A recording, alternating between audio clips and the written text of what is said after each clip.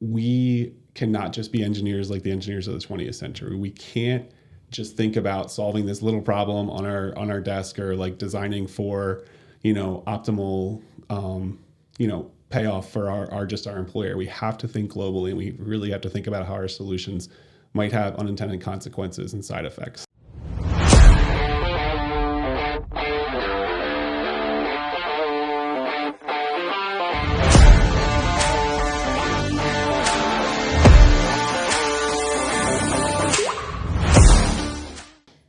Welcome to Owl Speak, Engineers Behind the Scenes. I'm your host, Sarah Frasca, an almost engineer turned journalist who will give you a sneak peek into the life and research of Temple engineers. Our owls fly high, so I'll keep you up to date on their most interesting innovations on campus. Today I'm here with Dr. Cory Budischak, an associate professor of instruction in the Electrical and Computer Engineering Department. He's on a mission extremely relevant to our current climate, engineering a 100% sustainable future. Hi, Dr. Budischak. It's great to have you. Yeah, thanks for having me, Sarah. Cool. So I'm going to start with a really big question. So you're working to decarbonize the energy system. What does that mean? What does a decarbonized energy system look like? That, I think, is the million or billion or $1 trillion question, right? So actually, a bunch of nations just met and just wrapped up a climate summit, and that's exactly what they were trying to figure out. And one big outcome from that hasn't come out from that before is them actually saying that we need to phase down fossil fuels. So fossil fuels are the biggest contribution to greenhouse gas emissions that we have in our economy. And the one big goal we really want to have is by 2050 to completely eliminate carbon emissions. So your guess is as good as mine, probably exactly what that'll look like in 2050. But that's something I'm really trying to figure out is the best way to do that and the cheapest way possible to do that. Great. So I guess some of the ways you're trying to figure it out is through teaching, writing, and then I know you do some other advocacy work, but I mean, we can start with your teaching. You teach here at Temple. When did you start and what do you teach? Yeah, so I started in the fall of 2019. I teach three main classes. I teach Introduction to Engineering. I also teach a Signals and Systems class, and I also teach a Solving the Climate Crisis class, which is more for upperclassmen. And I would say my Introduction to Engineering as well as my Solving the Climate Crisis class really get at the heart of these issues. And what I realized really early on in my engineering career is that we actually have a lot of the engineering solutions we need, is we really just need policy and economics to catch up.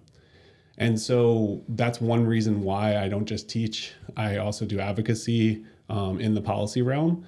And I think in my Solving the Climate Crisis class, it's really only a third engineering. We do public policy in that class. We do economics. We do social justice as well in that class to really give an idea that it's not just engineering that's going to solve these problems. It's really going to take an interdisciplinary approach.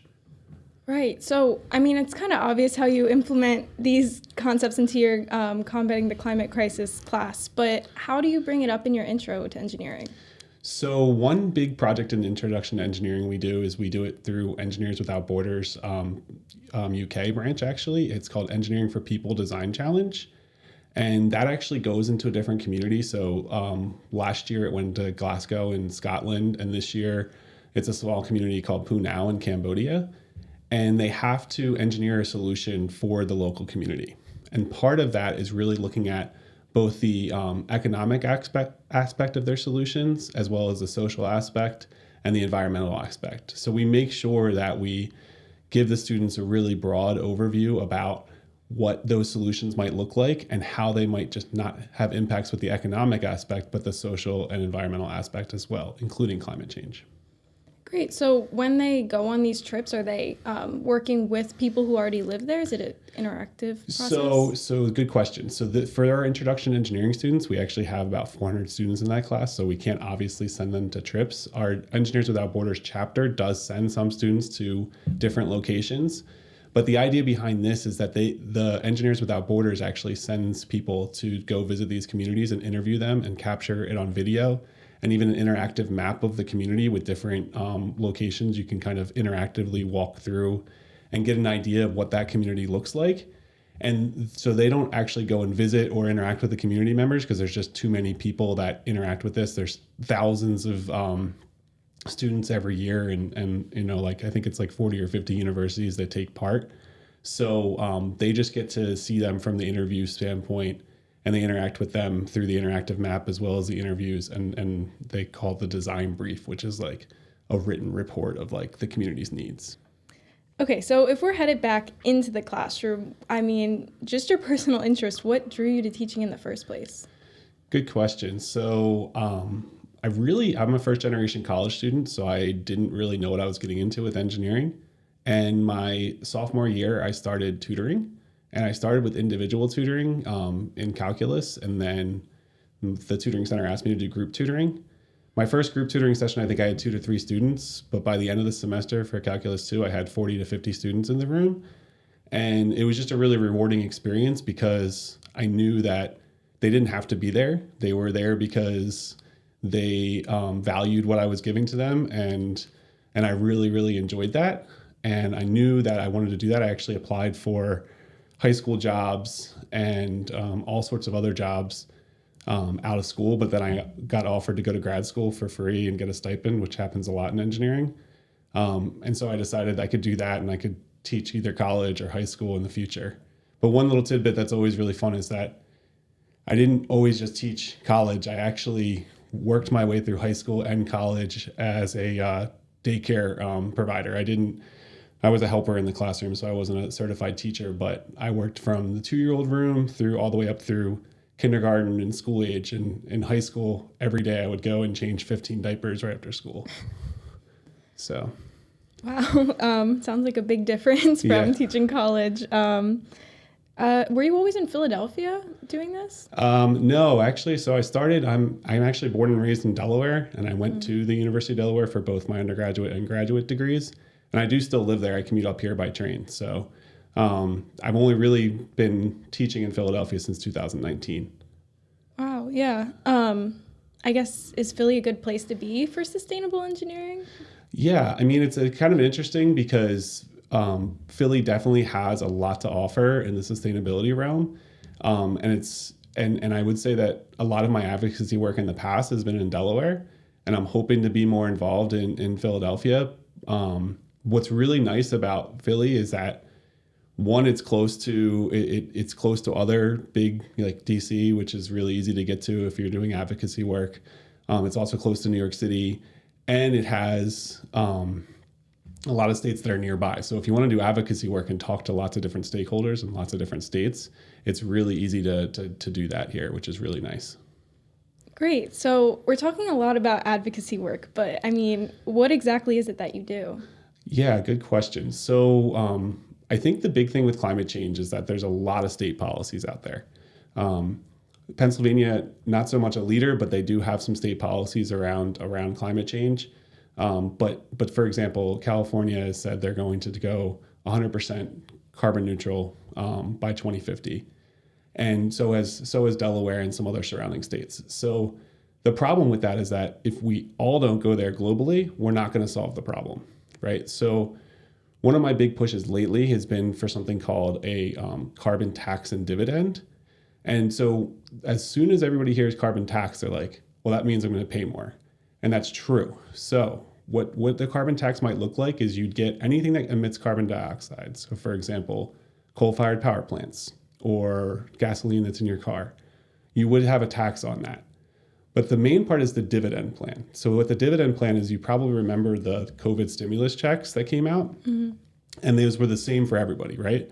So that would be the same. So let's say there's 100 people and they get taxed for carbon and the government collects $1,000.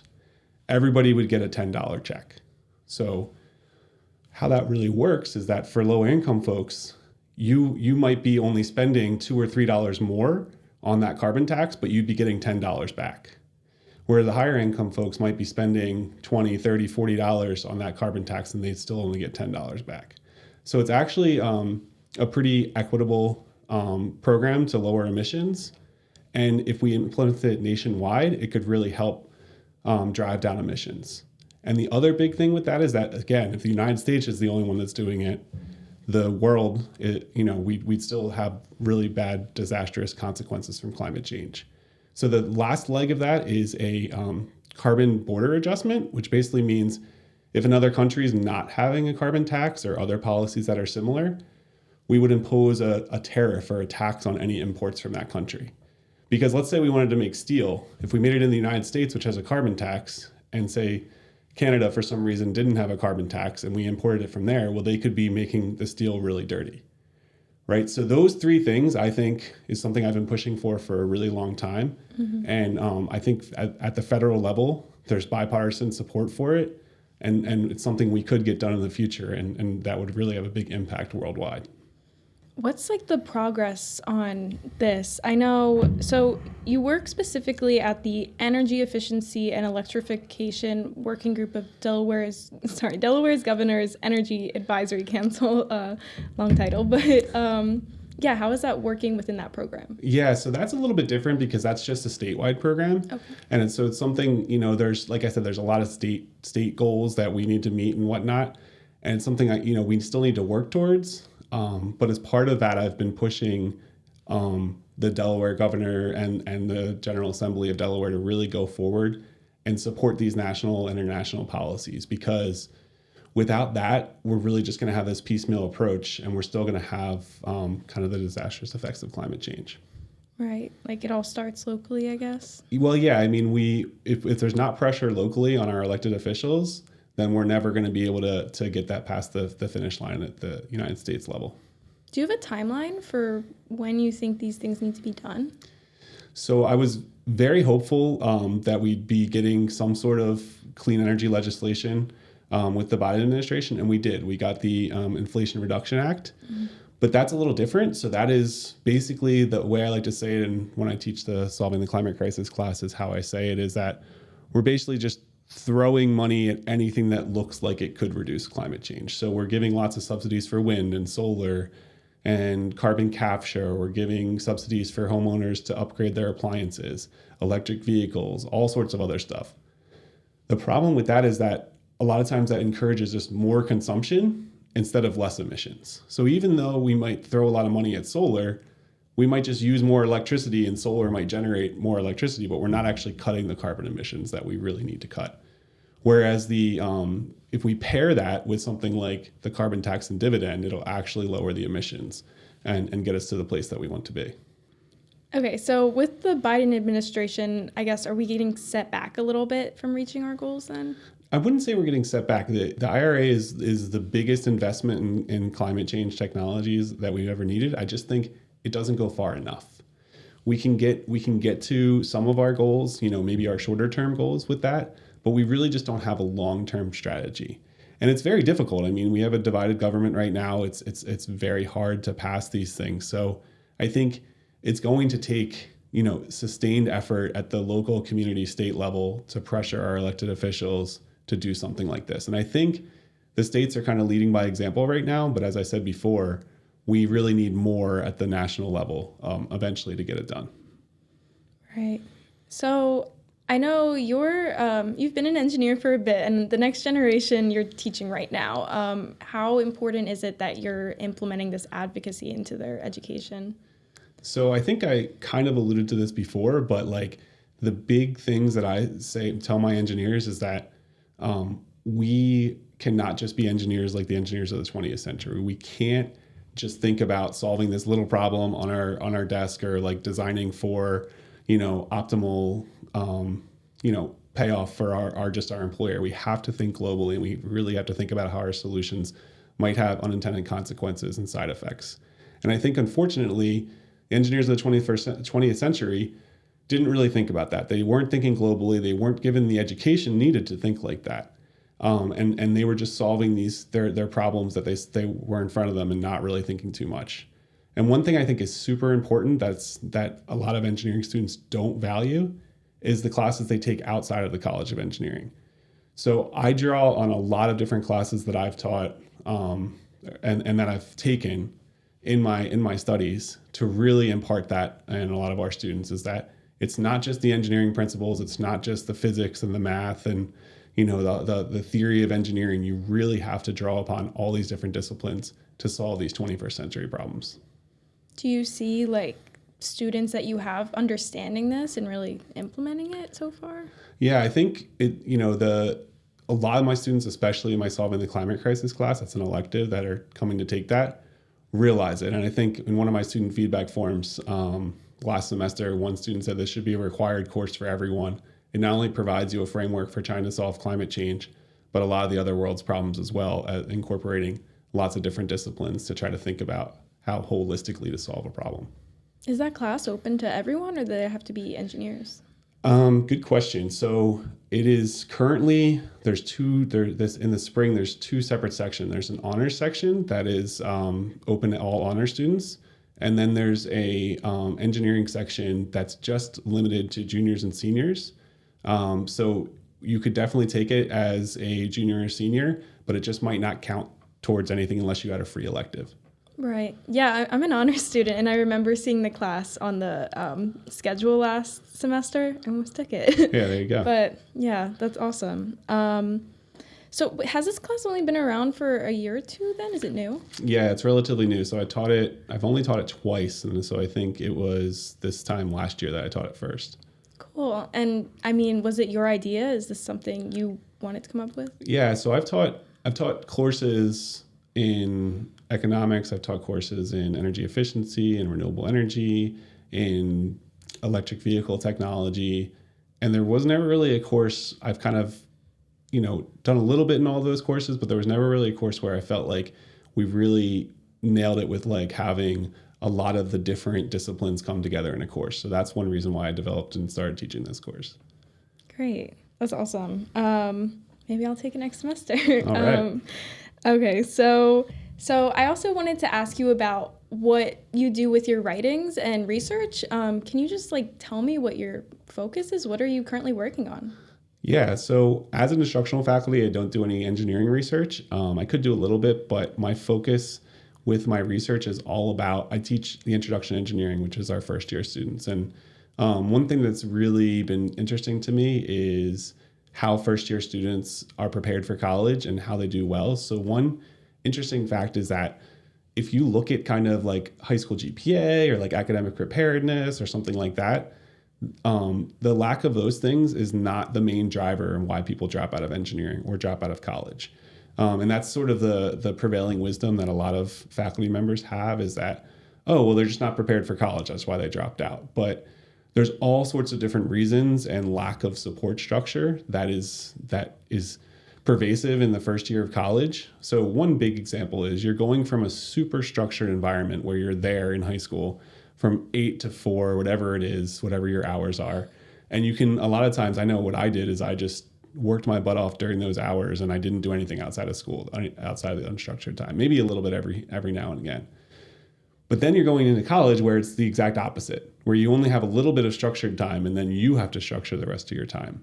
And so one thing that we're really interested in, and we got a National Science Foundation grant to study this, is it's called an STEM program. And we give scholarships to students as well as provide them lots of different supports to try to make them successful. So given that is what we're really trying to do, is see if those support structures are the best thing we can do for them and kind of tinker with it to see and study the students to make sure we're giving them the right support to be successful.